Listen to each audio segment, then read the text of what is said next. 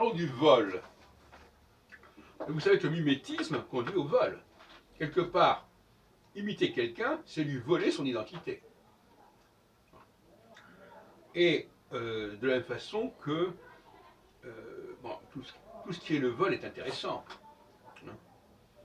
La conquête, la colonisation, il y a un vol quelque part, mais c'est un vol dans les deux sens.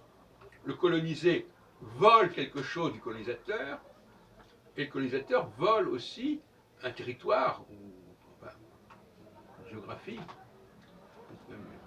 du colonisé.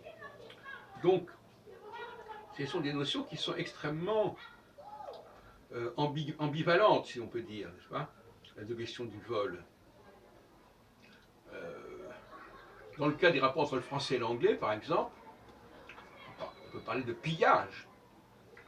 Quand on pille des milliers de mots français pour se les approprier, avec un tel succès qu'aujourd'hui, ces mots ne sont même pas considérés comme français par la plupart des gens du commun.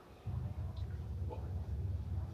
Et en même temps, quelque part, le français, par ce processus-là, colonise l'anglais, qu'il l'ait voulu ou pas, qu'il l'ait fait consciemment ou pas.